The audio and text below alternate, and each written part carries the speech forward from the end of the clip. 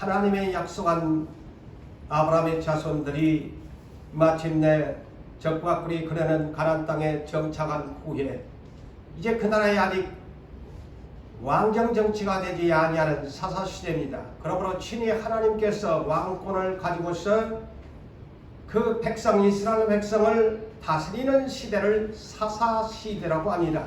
이 사사시대 때 기드온 사사에 대한 말씀에 오늘 우리를 소개하는, 그러므로 이 기드온 사사가 하나님 앞에서 소명을 받고서 큰 사명을 가지고서 이스라엘과 미디안과의 전쟁에서 대승을 하는 그런 스토리가 오늘 본장에 기록되어 있습니다. 그렇다면 이 미디안 족속이라는 것을 먼저 알아야 될 것 아닙니까? 미디안과 이스라엘과의 전쟁이다. 이 미디안은 우리가 상식적으로 성경을 알면서 성경을 봐야 이해가 되지 않아요? 미디안 족속은 어느 족속이냐? 창세기 25장 2절로 보면 아브라함의 아내 사라가 이삭을 하나 낳아놓고 그도 나이가 되어져서 이 땅을 떠나게 되어집니다.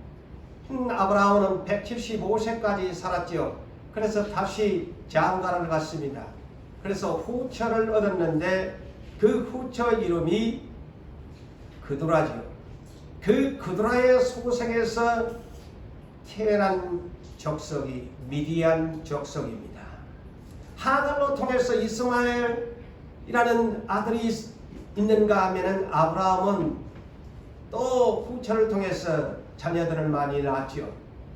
그런데 이 미디안은 바로 아브라함의 씨입니다. 아브라함의 씨예요. 그렇지만 하나님이 택하지 아니하는 이스마엘처럼 불택자의 자식이죠. 그래서요, 하나님 앞에 이 부름을 받는다는 것, 아브라함이 그렇게 8아들을 낳았어도 하나님이 택하신 자식은 딱 본처 사라에서 난 이삭밖에 없습니다. 그런데 이렇게 아브라함의 후손인 미디안 족속이 하나님의 선택한 이스라엘 민족을 괴롭힙니다. 이 미디안은 또한 어떤 장소입니까? 그 유명한 모세가 40년 동안은 피난처로 삼았던 그런 장소입니다. 어느 날 지도상으로 보면 이 미디안은 사우디아라비아 북부 지역을 일컫습니다. 아라비아 지역에 속한, 그래서 모세가 도망을 가서 이 미디안에 가서 살죠. 미디안에 가서 하나님을 섬기지 아니하는 이방인 40년을 살다 보니까 결혼을 안 할 수가 없잖아요. 이방여인 십보라를 아내로 받아들이고 장인은 이방신을 섬기는 이드로라는 제사장입니다. 그래서 그곳에 미디안에서 모세가 2아들을 낳지요. 그 나이, 그러면서 그 집에서 비천하게 어떻게 살아갑니까? 장인 집에서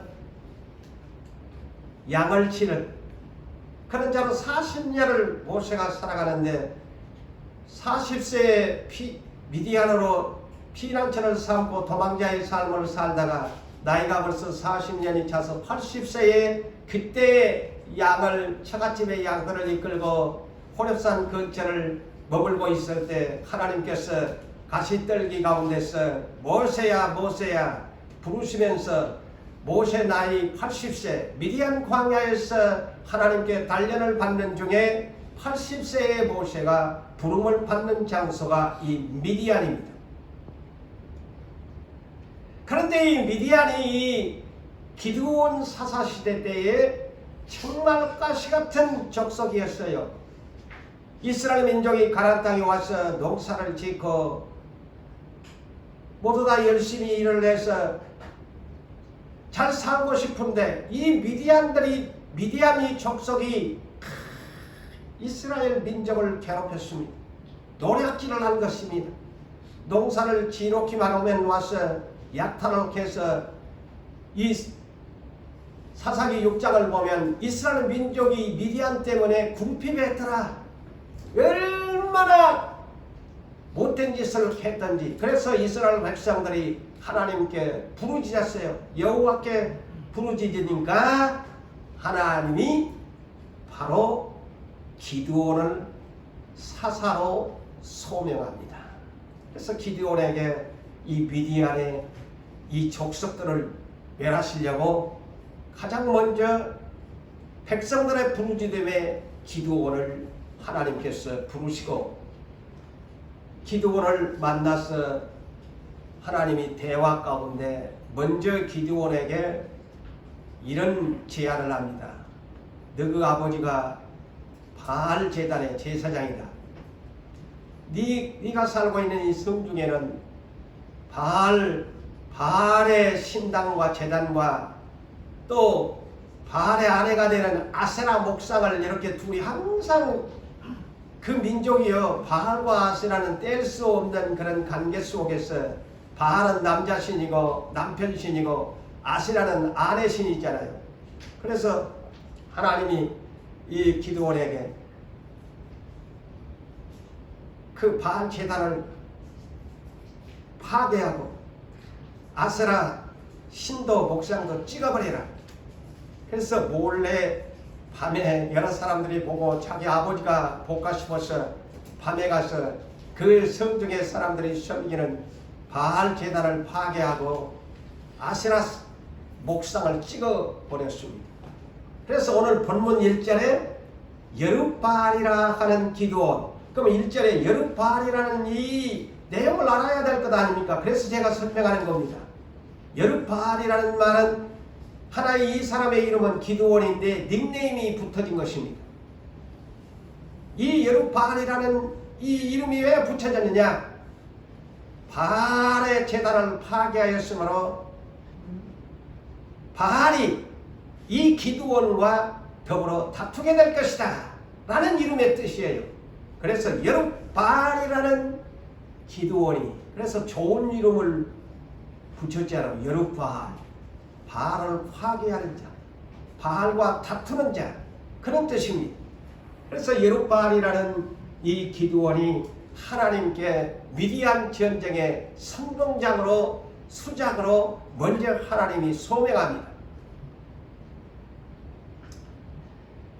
자, 그런데 이 전쟁에 군사들을 모집했을 거 아닙니까?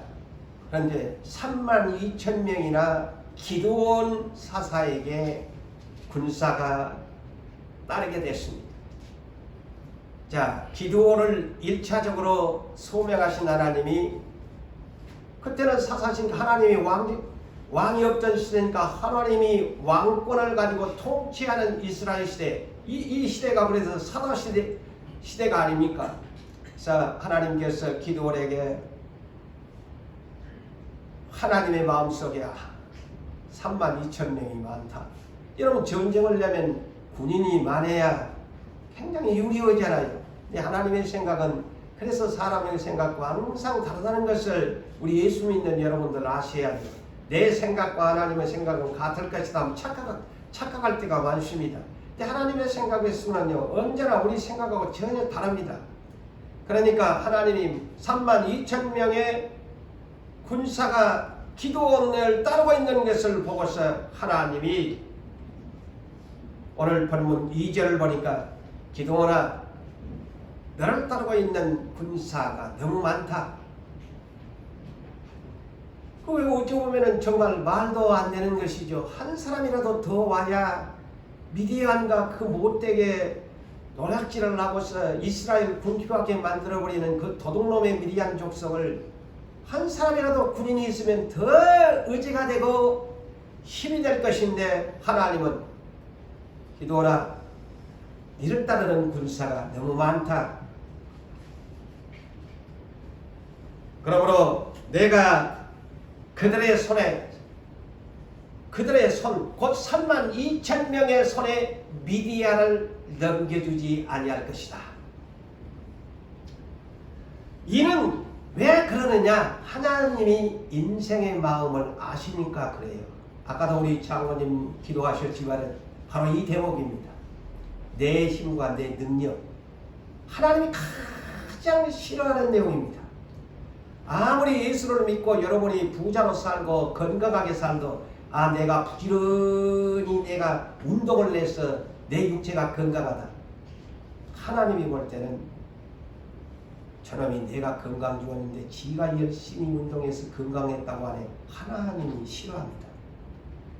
비록 내가 열심히 운동하고 모약도 먹고 여러 가지로 내 건강관리를 했을지라도 항상 하나님이 나를 보고 계시니까 나는 하나님의 자녀니까 하나님의 은혜로 내가 건강합니다. 감사합니다. 이래야 하나님이 기분이 좋을 텐데 내 돈 내가 벌어가지고 보약 먹고 내가 열심히 해서 내가 이렇게 건강해 사람들한테 이렇게 자랑하면 하나님이 좋을까요? 하나님이 참 저런 은혜도 모르는 놈이네.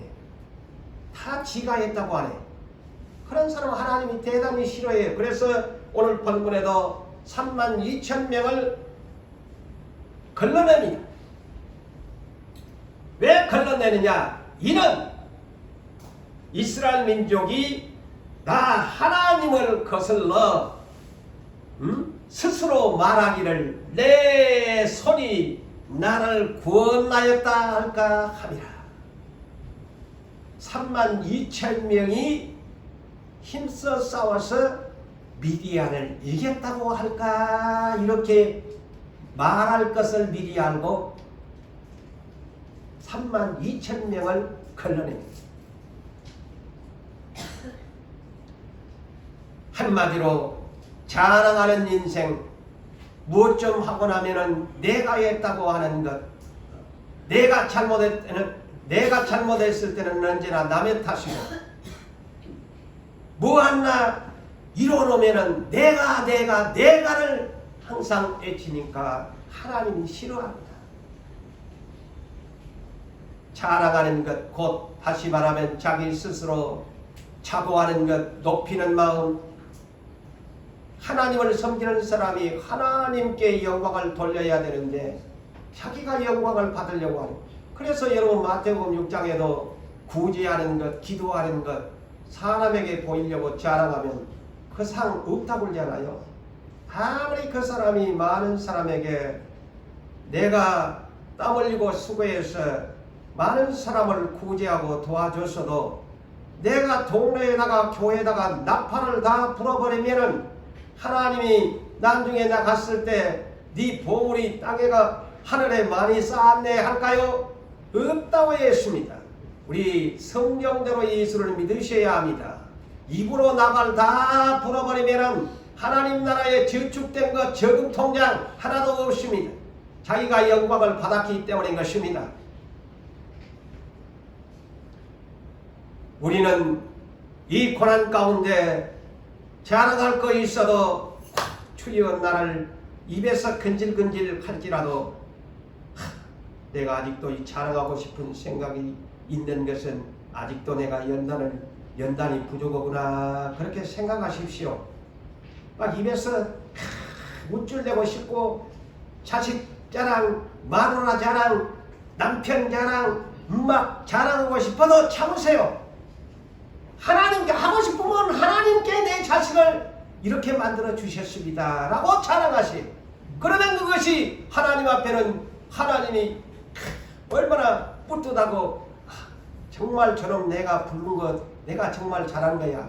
그런데 반면에 항상 내가 자랑하고 다니면은 어휴 내가 저놈 괜히 내가 복준 것 같아. 이제 앞으로 두고 봐라. 내가 네 복준 거 싹 내가 없애버릴 거야.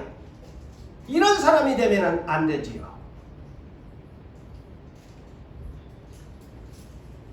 모세를 따라가는 광야교회, 최초의 약속받은 광야교회, 누가 모르시는 분이 있나요? 다 잘합니다. 그런데 왜 40년 동안 그들이 광야에서 방황하면서 1세대는 가나안 땅으로 들어가지 못하고 그의 자식들 20세 미만 되는 자식들만 여호수아가 이끌고 들어가게 했을까요? 신명기 8장 2절 이하에 이렇게 말씀합니다. 왜 40년 동안을 너희에게 광야길을 걷게 한 것을 잊지 말고 기억해라. 오늘날 우리 교회도 우리를 이렇게 연단시킨 것을, 우리를 낮추시고 시험하신 것을 우리는 잊지 말고 기억해야 합니다. 뭐라고 합니까? 이는 너를 낮추시며 너를 시험하사. 여기에는 영어 번역이 템테이션이 아닌 테스트라는 단어를 사용합니다. 하나님이 나를 시험할 때는 영어 번역은 테스트라는 단어를 사용하고, 마귀가 유혹하고 시험할 때는 템테이션이라는 단어를 사용합니다. 그런데 여기에는 하나님께서 나를 테스트하는 것, 시험하신 까닭이 뭐냐? 너의 마음이 어떤지 알고 싶다. 이렇게 40년 동안 낮춰놔도 네 마음이 어떤가 내가 알고 싶고, 그 다음에 내가 너희에게 주어지는 이 모세를 통해서 율법을 주었는데 너희가 내 명령을 지키는지 아니 지키는지 내가 알고 싶다.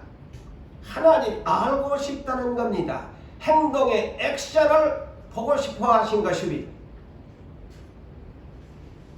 그러고 나서 12절로부터 18절의 내용을 여러분들에게 소개하자면, 왜 40년 동안에 이렇게 안 주고 낮추시고 시험을 했나? 너희가 먹어서 배부르고 아름다운 집을 짓고 그곳에 거주하게 될 때에 너희의 소나 양이 번성을 하면서 너 은금이 증식되면서 자꾸만 은과 금이 여러분 재산 축적이 되면서 내 소유가 풍부하게 될 때에 너의 마음이 교만하여, 보십시오. 너의 마음이 교만하여 여호와를 잊어버릴까 염려하노라. 하나님이 염려하신대요. 우리는 성령을 가지면 하나님의 속성을 알아야 합니다. 우리는 하나님의 형상을 닮았지 않아요. 그러면 하나님의 이 속성을 알아야 돼요. 염려한데요. 교만할까 싶었어. 왜 우리에게 이렇게 안 주실까? 하나님 쪽에서는 아직도 네가 교만할까 싶어서 내가 염려한다. 그래서 너가 이르기를 내 능력과, 보십시오. 내 능력과 내 손의 힘으로 내가 이 재물을 얻었다고 말할 것이다. 사람들이 다 그래요. 부자 되면 하나님께 영광을 안 돌리고 내 손과 내 능력, 내가 이 재물을 얻었습니다. 우리 교회에 지나간 날 그런 경험들을 성령께서 밝혀주었잖아요. 어느 날 하나님이 요구할 때 내가 어떻게 번 돈인데요. 하나님과의 등을 돌리고 맙니다. 너 하나님 여호와를 기억하라. 그가 내가 재물 얻을 능력을 주셨습니다. 하나님이 이렇게 말씀합니다. 네가 부자된 것, 네 은금이 증식되고 네 소나 양이 번성하고 네 재물이 풍부하게 된 것, 네 손으로 모은 재산이 아니고 내 것이다. 내가 너에게 재물 얻을 능력을 주셨음이라 라고 광야교회에 이렇게 40년을 낮춘 까닭이 너희가 내가 약속한 땅에 들어가서 너희들이 그렇게 말할까 싶어서 내가 미리 너희를 이렇게 단련을 시킨다. 그 말씀이에요. 우리 하나님은 오늘날 우리 인간성을 너무 잘 압니다. 그래서 에레미야 9장 23절에도 세 가지를 자랑하지 말라고 합니다. 첫째, 네가 지혜로운 자면 그의 지혜를 자랑하지 마라. 지혜를 자랑하지 말라고 합니다. 둘째, 네가 용사라면, 네가 강하고 담대한 그리스도의 군사라고 한다면 그 용맹을 자랑하지 마라. 셋째, 네가 부자가? 그렇다면 너의 그 부자를 자랑하지 말라고 합니다. 이 세 가지 하나님께서 우리에게 주의사항으로 준 것을 평생에 잊지 말아야 합니다. 내가 비록 성령 안에서 지혜로운 사람이 되어지고, 내가 또한 성령 안에서 강하고 담대한 용기 있는 사람, 용맹한 사람, 또 내가 하나님의 은혜로 축복을 받아서 부한 사람이 되었을지라도 절대로 자랑하면 아니 되는 것입니다. 우리에게 우리 하나님께서 고난을 주시면서 배우게 한 것이 있습니다. 성경에는 긍휼도 배우라고 하고 여러 가지를 배우라고 하는데, 대표적으로 마태복음 11장 29절로부터 주님이 우리에게 배우라고 한 것이 있습니다. 온유 겸손을 배우라고 합니다. 예수께서는 말씀하시기를 나는 온유하고 겸손하다. 그러므로 너희는 내게 와서 나의 멍에를 메고서 내게서 배우라고 주님이 말씀합니다. 오늘 우리는 무엇을 배워야 할까요? 이 땅에는 많은 것을 배워야 할 것들이 있지만 우리 예수님이 배우라고 하는 것을 배워야 합니다. 그 배워야 하는 것은 소가 주인에게 고삐가 메어져서 길을 들여져서 목에다가 멍에를 메고서 수레를 끌고 또한 챙기질을 하는 것처럼 그것이 온유 겸손이다. 주인이 원할 때 고삐가 메어져서 챙기질을 할 때나 수레를 끌 때에도 두말하지 아니하고 침을 질질 흘리면서도 최선을 다해서 힘을 다해서 챙기질을 하고 침을 넘기는 이것이 진정한 온유 겸손이다. 이 온유 겸손을 네가 멍에를 메야 한다. 그래서 나는 빌립보서 2장 5절로 여러분이 잘 아는 말씀대로 예수의 마음을 품어라. 그 마음이 뭐냐? 온유 겸손한 마음이다. 그래서 나는 멍에를 맺는데 어떻게 맺느냐? 나는 하나님의 본체였지만은 내 자신을 비워버리고 종의 형체로 십자가의 멍에를 메었다. 내 자신을 낮추고서 죽기까지 소가 주인을 위해서 멍에를 메고서 침을 흘리면서 죽기까지 일을 한 것처럼 그것이 온유 겸손이란다. 그 온유 겸손에 멍에를 메고서 일하는 사람이 진정한 예수를 닮은 사람이요 온유 겸손한 사람이라고 말씀하고 있습니다. 자, 사도들 중에 물론 예수님의 직계 제자 12사도가 큰 사람들이죠. 그러나 아시아와 유럽을 위하고 자기의 본국 이스라엘을 위해서 사도행전 9장에서 부르심을 받은 이 바울 사도, 어떤 사도들보다도 일을 많이 하는 사람이지요. 베드로, 물론 오늘날 제자 중에서 그를 소위 말하면 수석 제자라고도 말을 하지만 바울에게는 미치지 못합니다. 자, 그런데 이 바울이요 이런 신앙 고백을 합니다. 이는 고린도후서 12장 1절로 10절에 있는 말씀을 가운데서 중요한 말씀을 여러분들에게 소개합니다. 그래서 바울이 이렇게 합니다. 나는 셋째 칸을 낙원에 갔다 왔다. 내 자신이 너 모르게 환상과 계시를 부득불 내가 자랑한다. 그래서 내가 부득불 환상과 계시를 너에게 말하면서 나는 자랑한다. 이렇게 자랑한다고 했어요. 그런데 이렇게 말씀을 연결합니다. 여러 계시를 받는 것이 지극히 크므로 너무 자만하지 않게 하시려고 내 육체의 가시 사탄의 사자를 주셨으니, 그래서 내 육체의 가시 원어를 찾아보면 어떻게 기록됐을까요? 이 바울의 육체에다가 여러분은 가시라고 하니까 쪼매는 무슨 가시로 생각한 원어에는요 말뚝을 박아버렸다 뜻입니다. 육체에다가요 병을 낫지 못하도록 말뚝을 하나님께서 사탄의 사자의 말뚝을 박아버렸다.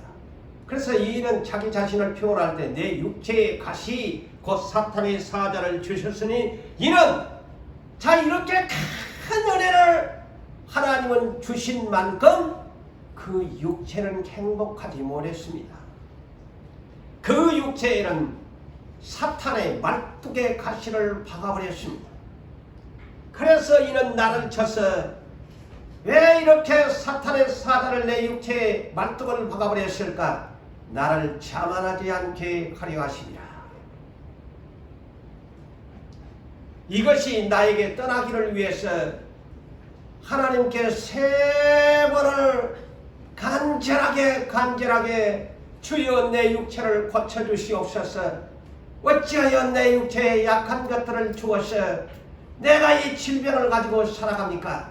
라고 세 번을 기도했는데 하나님이 말씀하시기를 나의 은혜가 너에게 척하도다.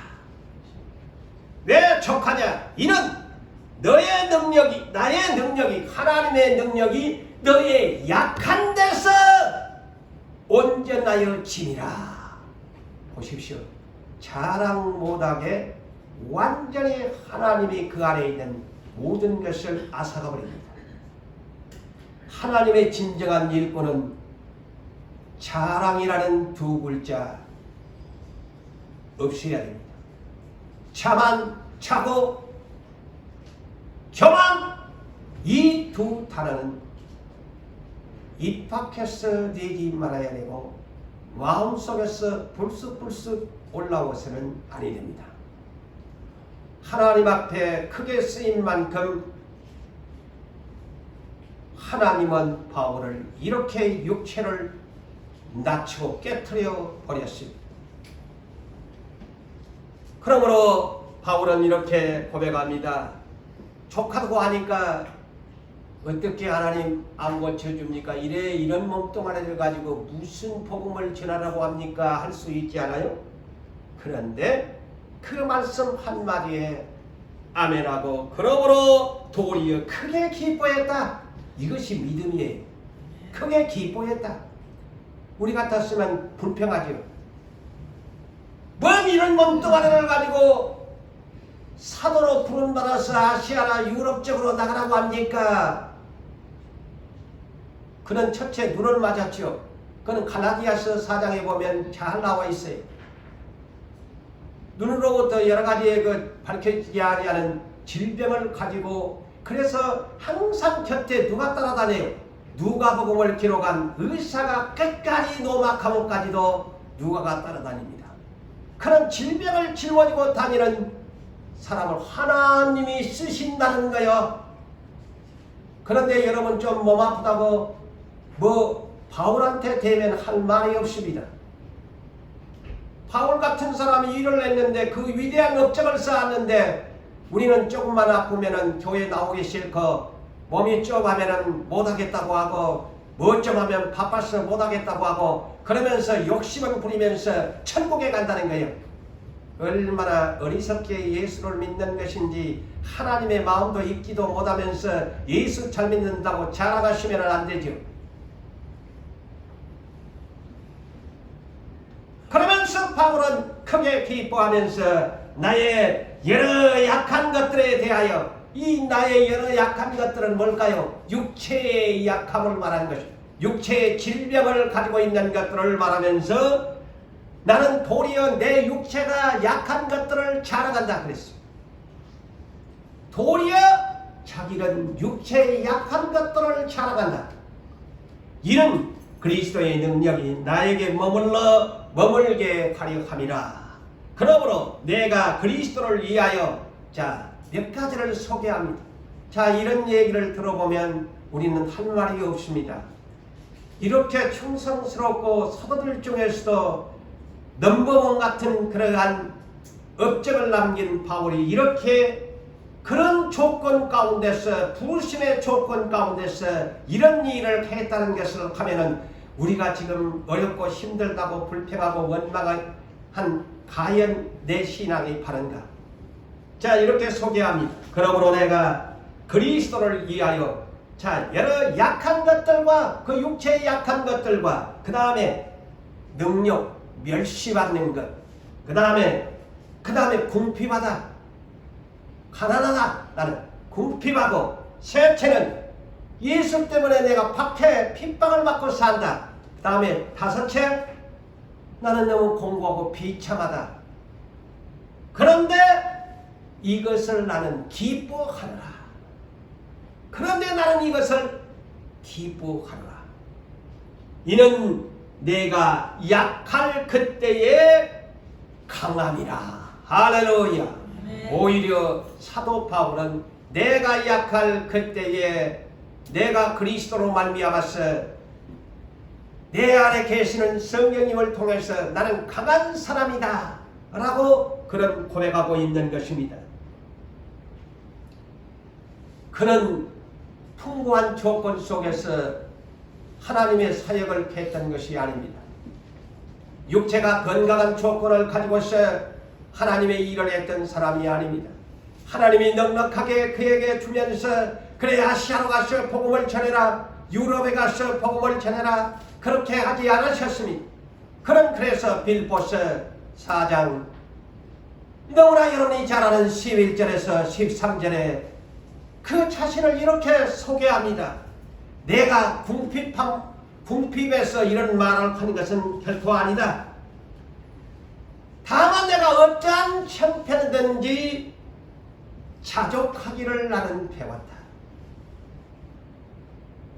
나는 비철에 처할 줄도 알고 풍부에 처할 줄도 알아서 모든 일 곧 배부름과 배고픔과 풍부와 궁핍과 이 모든 일을 처할 줄 아는 일체의 비결을 배웠노라. 바울에게는 모든 조건을 갖춰주면서 하나님이 부르심이 아니었습니다. 여러분, 오늘도 불평하시는 분이 계십니까? 나를 이렇게 만들어 놓고 나보고 일하시라고요? 하나님 나 일 안 합니다 하면서 맨날 궁시렁거리면서 불평하면서 일을 한다면 바울 앞에 대놓으면 정말 철학이 짝이 없는 우리가 되지 아니할까요? 이분은 어떤 형편이든지 일체에 자족하는 신앙을 배우면서 더 중요한 것이 뭐냐? 여기에서도 겸손하게 이렇게 말을 합니다. 내게 능력 주시는 자 안에서 내가 모든 것을 할 수 있다. 이 말을 오해하면 안 돼요. 내게 능력, 어떤 형편을 나를 비천에 처할 때도 그 비천이 나에게 그 능력밖에 안 했다. 그렇지만은 그 비천한 가운데서도 나는 모든 것을 할 수 있느니라 라는 말씀이에요. 이 말씀을 오해하면 안 돼요. 이 말은 겸손한 바울의 고백입니다. 내가 어떤 형편에 처하든지 내게 그 한계와 단계의 상황에서도 나는 모든 것을 할 수가 있다. 그게 믿음의 사람이라는 것입니다. 그런데 이렇게 그런 조건 속에 부르심을 받았던 바울은 말이 언제나 우리가 그것을 본받아야 됩니다. 제가 우리 일선에서 우리 정장로님에게도 제가 기도 가운데 말씀을 있어서 제가 이 고린도전서 15장 10절을 나나 우리 정장로나 평생에 잊지 말고 이 말을 되새김질하자. 며칠 전에도 그랬어요. 하나님이 그것을 가장 원한다. 왜 오늘날 용산교회 오늘날 일꾼들이 다 그렇가 같이 됐나? 다 내가를 외치는 사람들이었기 때문이었다. 그래서 나나 우리 정장로 내가는 평생에 우리가 때로 말하다 보면은 나도 모르게 나오겠지만은 그것을 김을 빼자. 응? 김을 빼자. 그래서 고린도전서 15장 10절이 뭘까요? 바울이 이렇게 말을 합니다. 그러나 나의 나된 것은 하나님의 은혜로 된 것이니 나에게 주신 그의 은혜가 헛되지 아니하여 내가 모든 사도보다 보세요. 모든 사도보다 더 많이 수고하였으나 내가 한 것이 아니요 오직 나와 함께 하신 하나님의 은혜로다. 할렐루야. 이 마지막 시대에 일할 사람은 이런 겸손이 없어서는 내가 하나님의 영광을 가로채버리면 난이 돼요. 앞으로 나에게 능력을 주고 나에게 재물을 주었어. 이것은 하나님의 능력이요 하나님의 재물입니다.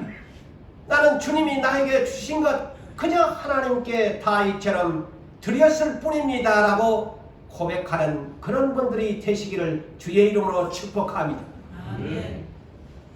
그런데 사람이 안 그래요.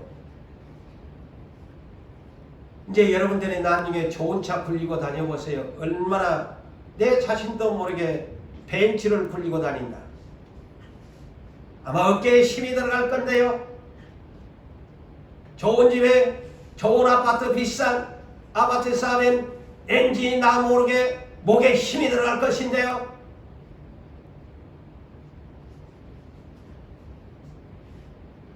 우리 하나님은 그것을 싫어하기 때문에 32,000명의 군대를 원하지 않습니다. 지극히 작은 소수의 그룹을 해서 내 힘으로 네 소수를 통해서 이 영광을 받으시려고 하는 하나님의 뜻이에요.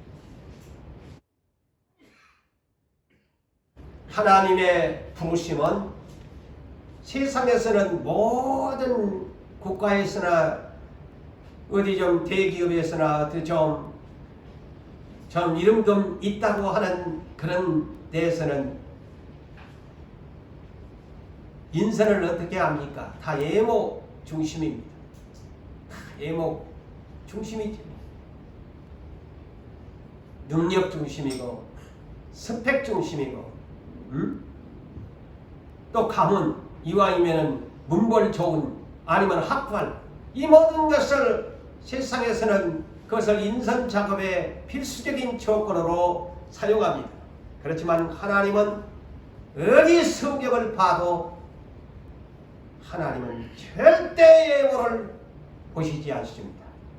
전혀 인간의 생각과는 전혀 다른 사람들을 선택해서 쓰신다는 사실을 아셔야 합니다. 그래서 이미 성경에 못을 박아놨잖아요. 자, 바울이 고린도전서 1장 26절에서 29절에 하나님이 주신 이 성령의 감동으로 주신 이 말씀을 보십시오. 형제들아 너희 부르심을 보라. 부르심의 조건을 보라고 합니다. 육체를 따라 지혜로운 자가 많지 아니하며 능한 자가 많지 아니하며 문벌 좋은 자가 문벌 집안 좋은 것 오늘날 결혼식에도 문벌 좋은 집 자식이고 보내려고 하잖아요. 근데 여기 성경에는 문벌이라는 말이 가문 좋은 그런 뜻이죠. 좋은 자가 많지 아니하며 그러나 하나님께서 세상의 약한 것들을 택하사 보십시오. 세상의 약한 것들을 택하사 응? 강하다고 하는 사람들을 부끄럽게 하고 세상에 지혜롭다고 하는 사람들을 택하지 않고 세상에 미르는 것들을 택해서 나 세상에 지혜가 있는 사람이야 라고 하는 사람들을 부끄럽게 해. 아까 제가 그랬잖아요. 에레미야 9장 2절 지혜를 자랑하지 말라고 하지 않아요. 하나님께서 세상에 천한 것들과 멸시받는 것들과 없는 것들을 택하사 있는 것들을 폐하려 하시나니 왜? 이는 자 보세요. 아무 육체도 하나님 앞에서 자랑하지 못하게 하려 하심이라. 아멘. 자랑 세상에서는 자랑하고 싶은데 하나님이 우리에게 신앙에 주의를 주는 것이 뭐냐? 자랑 빼라, 바람 빼라. 네 자랑 지금 하고 싶구만. 뭐 좀 우쭐대고 싶구만. 명예 좀 가지면 그냥 나 이런 사람이야. 나 이런 사람이야 하고 싶어지잖아요.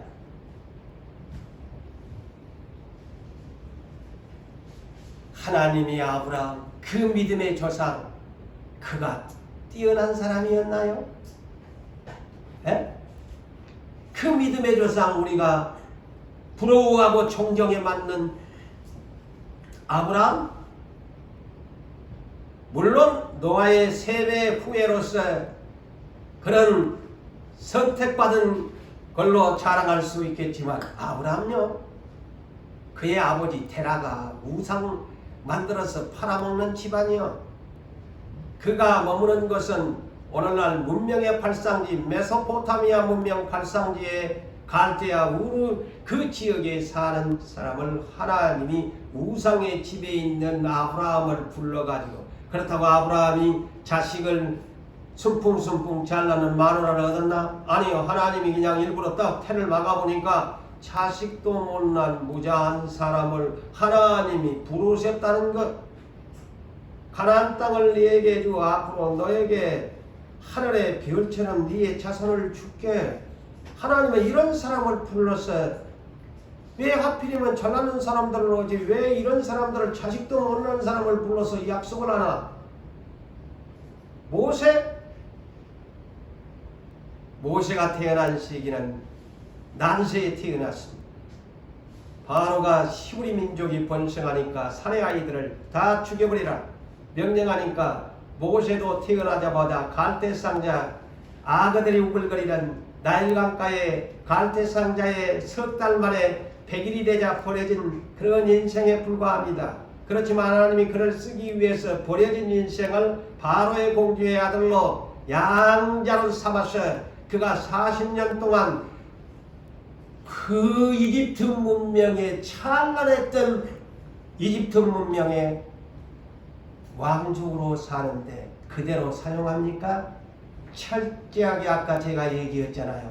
미디안 광야, 사우디 광야에다가 40년을 완전히 낮춰가지고 그때서 모세, 카미어 그때 부릅니다. 뭘까요? 자랑단지 다 그 인간적인 모든 회기, 인간적인 야망, 인간적인 그 모든 것 다 미디안 광야에 묻어버리고 오게 만든 것입니다.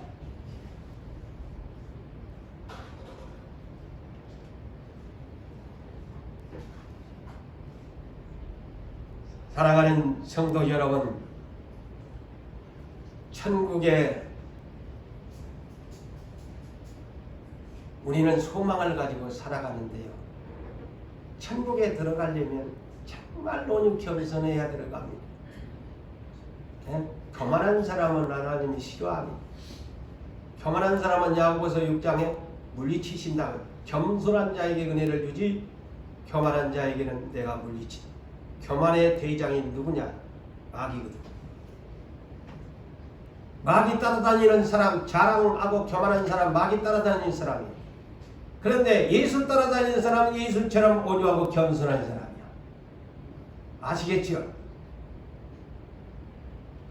교만하고 자랑하고 싶고 우쭐대고 싶은 사람은 그가 아무리 예수를 잘 믿는다고 입으로 떨어져도 우리가 평가할 수 있고 저거는 마귀 따라다니고 있구나. 그런데 오죽 겸손하면 진짜 당신이 예수쟁이야. 응? 진짜 당신이 예수쟁이야. 자, 여러분, 천국은 이긴 자가 들어가죠. 앞으로 제가 이긴 자에 대해서 계속 계시록에 대한 말씀을 전하겠습니다만 이 비밀을 알아야 돼요. 자, 야곱을 통해서 이스라엘이라는 이름을 개명시킵니다. 그 많고 많은 아브라함도 있고 이삭도 있고 요셉도 있고 하는데 왜 하필이면은 야곱을 통해서 그의 야곱의 이름을 개명시켜 이스라엘이라고 하고 오늘날까지 그 민족을 이스라엘 민족이라고 그렇게 이스라엘 국가로 불렀을까요? 이 성경에 제가 기도하면서 느끼는 것이 그는 이긴 자입니다. 자, 창세기 32장 28절에 그는 하나님과 및 사람들과 겨루어 이기었음이라. 그러므로 너의 이름은 이스라엘이라고 부르라. 그래서 야곱이 12아들로 통해서 12지파로 이스라엘이 선택된 것입니다. 하나님이 부르신 건 이긴 자입니다. 천국의 계시록 어디를 보십시오. 이긴 자만이 천국에 갑니다. 야곱이 이긴 자입니다. 이긴 자의 이름입니다. 이스라엘이라는 뜻이 이긴 자의 뜻이에요. 아시겠지요? 하나님과 사람들과 겨루어 네가 이기었습니다. 그러므로 너의 이름은 야곱이라고 부르지만 이스라엘이라고 불러라. 이긴 자입니다. 그래서 이 야곱의 이스라엘 나라를 하나님이 부르심의 조건을 보니까 신명기 7장 7절에 이렇게 말씀합니다. 여호와께서 너희를 기뻐하시고 너희를 택하시면 너희가 다른 민족보다 자 보세요. 수요가 많기 때문이 아니니라. 너희는 오히려 모든 민족 중에 가장 적으니라. 이 성경에서 가르쳐지는 비밀을 여러분이 알아야 됩니다. 그래서 야곱을 선택한 거예요. 야곱의 자손을 통해서 이스라엘이라는 이긴 자의 이름을 준 겁니다. 오늘 또 이 전쟁이 이기기 위해서 300명을 선택합니다. 소수를 선택합니다. 자, 이 기드온이 이렇게 고백합니다. 자, 이런 사람을 하나님이 씁니다. 사사기 6장 15절에 보니까 하나님께서 이 기드온을 이제 기드온과 대화를 하고 만남의 시간을 통해서 너를 앞으로 사사로 쓰겠다고 할 때 자, 사사가 부름을 받은 이 기드온이 뭐라고 한 줄 아세요? 나는 이스라엘의 지파 중에 가장 약한 므낫세 지파입니다. 왜 므낫세가 약합니까? 누벤 장자가 요단강을 건너오지 않고 동쪽의 갓지파하고 므낫세 반지파가 그곳에 살겠다가 동쪽 요단강 쪽에서 살게 합니다. 그래서 므낫세를 2분의 1로 나눕니다. 그래서 서쪽으로 9지파 반이 들어오는데 므낫세 그래서 약한 지파죠. 절반으로 나눠서 동서로. 그래서 지파 중에서도 므낫세 반지파 2분의 1밖에 안 되는 그런 중에 또 나는 우리 집에 가장 작은 자이니이다. 이렇게 고백하는 것을 하나님이 좋아하니까 부르잖아. 봐 보세요. 이렇게 말을 이쁘게 해야 돼. 하나님 앞에 쓰임 받으려면 말을 정말 마음에 들게 해야 돼. 우리 예수님도 세상에 올 때 여러분이 잘 알지만 가장 작은 자로 오셨습니다. 그죠? 예수님이 태어난 미가서 5장 2절에 뭐라고 합니까? 미가가 예언할 때 가장 작은 거울 베들레헴. 보세요. 작다는 개념을 강조합니다. 성경에서. 예수님이 가장 작은 곡을 누일 것도 없어서 말 구유통에 오시고, 또한 사는 것도 수도권에 사는 저 예루살렘으로 보내신 것이 아니고 갈릴리 바다 어부 갈릴리 나사렛, 선한 것이 나올 수 없는 나사렛에 보내가지고 목수의 비천한 나들로 생계를 날이면 날마다 책임져야 할 가장 작은 자로, 그것도 가장 작은 어린 양의 십자가의 대성물 유월절 어린 양으로 오셨는데, 그분은 천하 만국의 만왕의 왕 만주의 주로 만들어 주셨습니다. 할렐루야. 네. 가장 작은 자로 자기 자신을 비우고 예수님이 오셨습니다. 자, 초대교회도 보세요. 이스라엘에 그만큼 많은 사람들이 있는데, 똑똑한 사람들이 많이 있는데, 예루살렘에 주님이 남기고 간 사람 120명입니다. 그 120명의 갈릴리의 출신들, 별볼일 없는 그들의 주축으로 120명 여자들과 예수님의 가족들과 그들에게 세계 복음화를 맡기고 주님이 가십니다. 12,000명도 아닙니다. 오늘날 대형 교회에다가 맡기고 온 거 아닙니다. 지극히 작은 소형 120명이 모이는 초대교회에 천하 만국의 복음을 전파하라 제자들에게 하는 성령이 임하시면은 너희가 권능을 받아서 온 땅에 복음을 전하게 할 것이다. 자, 32,000명 많다. 내가 줄여야 되겠다. 그래서 하나님이 친히 1차 면접을 합니다. 두려워 떠는 사람들은 다 집으로 돌아가라.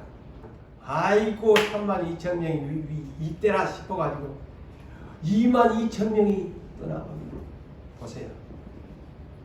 우리가 한번 한 교회가 32,000명이 모이는 교회라고 합시다. 근데 하나님이 지금 하나님 생각에는 한 300명만 지금 생각하고 있는 거예요. 그런데 자, 두려워 떠는 사람 필요 없다. 집으로 돌아가라. 22,000명이 집으로 돌아갑니다. 추풍낙엽이죠. 이걸 소위 오늘날 추풍낙엽입니다. 자, 두려워 떠는 사람은 뭘까요? 비겁한 사람들. 어떤 문제가 있으면 뒤로 슬금슬금 앞장서지를 못하고 전쟁에가 싸워야 되는데 뒷걸음질 치는 사람, 이런 사람들이 두려워하는 거예요. 자, 천국의 계시록 21장 8절에 둘째 사망에 떨어질 사람 1순위가 뭔 줄 아세요? 딱 이거하고 똑같아요. 두려워하는 자는 둘째 사망의 해를 받으리라. 그리고 히브리서 10장 38절 39절을 참고하세요. 믿음으로 산다고 하는 사람이 뒤로 물러가면 하나님이 기뻐하지 아니하고 멸망할 자다. 바로 그런 사람을 말합니다. 배짱 없고 용기 없고 담대하지 않고 그냥 입으로만 예수 믿는 사람. 막상 전쟁에 가서 싸우라고 하면 뒷걸음질 치고 슬슬슬슬슬슬슬 연기 빠지듯 빠져 김 빠지듯 빠져버린 사람 22,000명이 빠져. 하나님, 와, 그래도 많네. 10,000명이 남았어. 자, 10,000명을 물가로 데리고 가라. 그래서 기드온에게 10,000명을 물가로, 참 볼만한 장관이 이루어졌어요. 나머지 10,000명을 물가로 다 데리고 가서 이제 시험을 칩니다. 근데 기드온에게 하나님이 시험관이 이렇게 합니다. 개같이 손에다 웅켜지고 핥아먹는 사람 따로 세우고, 무릎을 꿇고 웬떡이냐 하고 물가에 그냥 입을 대고 그냥 핥아먹는 사람 두 부리로 세워라. 아이, 그랬더니만 세상에 그 10,000명 중에 손에다가 물을 해가지고 개같이 핥아먹는 사람 300명, 나머지 9,700명은 무릎을 꿇고 맹떡이냐 그냥 막 그냥 강가에다가 그냥 혀를 대놓고 그냥 그래 하나님이 이게 뭘까요? 응? 욕심이 없는 사람이에요. 전체 손에다가 그 중에서도 욕심이 없는 사람, 손에다가 쥐고 자기 먹을 만큼 욕심이 없는 사람. 그 다음에 뭘까요? 절제력이 있는 사람. 바울이 그랬잖아요. 로마서 9장 이번에 우리 중고등부 우리 권도사님이 주제로 세웠던 절제. 이기기를 전쟁에 이기기를 다투는 자마다 모든 일에 절제하나니. 절제력, 셀프 컨트롤 할 수 있는 사람. 아무리 내가 배고프고 목이 말라도 손에다 엉켜쥐고 할 수 있는 절제력을 가진 사람 뽑아라. 근데 그게 300명이야. 하나님 뜻대로. 그래서 욕심 없고 절제력 있는 사람. 아무리 내가 하고 싶어도 자기 몸을 쳐서 복종시킬 수 있는 셀프 컨트롤 할 수 있는 그런 사람의 일꾼이 있다. 근데 반면에 9,700명은 물가에 가서 그냥 무릎을 꿇고 엎드려서 그냥 막 활철찰찰 막 짐승처럼 그냥 막 핥아먹는 거예요. 낙방, 불합격, 돌아가. 너가 필요 없어. 너는 욕심 많은 우상숭배자야. 우상숭배자야. 너희들은 언제든지 가면은 재물이 있으면은 타협할 사람들이고 기복신앙을 원초로 삼는 사람들이야. 이 해석이 그렇습니다. 자, 예수님 마귀가 세 번째 시험할 때 이 시험이었습니다. 똑같습니다. 자, 천하만국을 예수님을 데리고 가서 보여주면서 사탄이가 시험 문제를 이렇게 냅니다. 나한테 엎드려 경배하면, 엎드려서 무릎 꿇으면, 경배하면 내가 이 천하만국 너한테 줄게. 그 문제나 오늘 문제나 똑같거든요. 언제든지 나 이익이 있다면 아무렇게나 가서 무릎 꿇고 내가 돈이 된다고 하면은 하나님 말씀이 아닌데도 선악과 앞에 무릎을 꿇은 하와와 아담처럼 무릎을 꿇은 자 병사의 자격이 없다.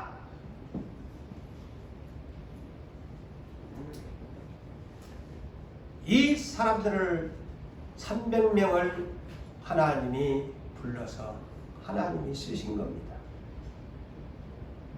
자, 32,000명 중에서 300명만 하나님 앞에 자격이 되잖아요.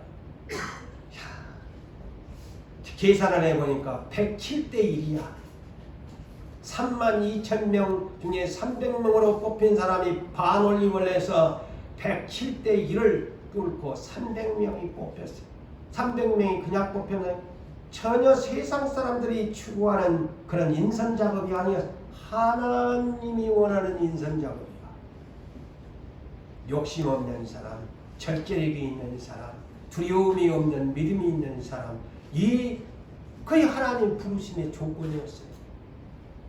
그런 사람들에게 승리의 계발을 부를 수 있는, 하나님께 영광을 돌릴 수 있는 미디안 전쟁에 하나님께서 투입시키겠다는 겁니다. 말씀을 맺습니다. 사랑하는 성도 여러분, 우리는 주님에게 귀하게 쓰실 일꾼이 됩시다. 그렇다면 그분의 부르심의 조건에 우리가 부합합시다. 두려워하는 사람 되지 맙시다. 욕심내는 사람 되지 맙시다. 어떤 것을 주어도 타협적으로 무릎 꿇지 마세요. 하나님에게만 무릎 꿇으세요. 하나님께만 엎드리세요. 이런 사람이 이 시대에 준비된 귀한 것으로 우리 하나님이 300명처럼 우리에게 그 사명 주실 줄 아멘 하시기를 바랍니다.